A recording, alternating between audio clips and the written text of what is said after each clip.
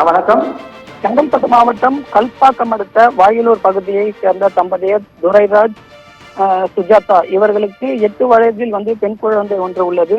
இந்த நிலையில் கடந்த 10 ஆண்டுகளுக்கு பிறகு 2வது குழந்தைக்காக சிகிச்சை பெற்று வந்த நிலையில் 2வது குழந்தையாக கருத்தரித்து மகப்பேறு சிகிச்சைக்காக சதுரங்கப்பட்டினம் அரசு மருத்துவமனையில் சிகிச்சை பெற்று வந்த நிலையில் கடந்த ஞாயிற்றுக்கிழமை இரவு 9 மணி அளவில் சுஜாதாவிற்கு பிரசவமானது ஏற்பட்டுள்ளது. இதனால் மருத்துவமனையில் அனுமதிக்கப்பட்ட நிலையில் மருத்துவர்கள் இல்லாத நிலையில் இரவு 10 மணி அளவில் 2 செவிலியர்கள் மற்றும் உதவியாளர் என 3 பேர் சுஜாதாவிற்கு பிரசவம் பார்த்ததாக கூறப்படுகிறது.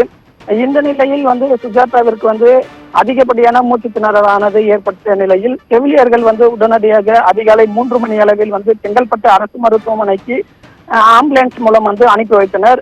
அங்கு சென்று செங்கல்பட்டு மருத்துவமனையில் மருத்துவர் சோதித்ததில் குழந்தை ஏற்கனவே வயிற்றில் இறந்து விட்டதால் இப்படியே சென்றால் தாயும் உயிரிழக்கும் அபாயம் ஏற்பட்டுள்ளதாக கூறி பிரசவம் பார்த்து வயிற்றில் இறந்த குழந்தையை மருத்துவர்கள் எடுத்துள்ளனர்.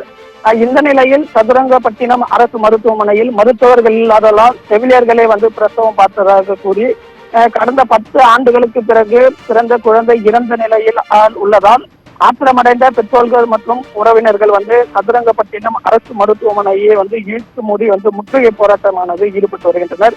இந்த போராட்டத்தில் ஈடுபட்டதால் அப்பகுதியில் பெரும் பரபரப்பை நிலவி வருகிறது.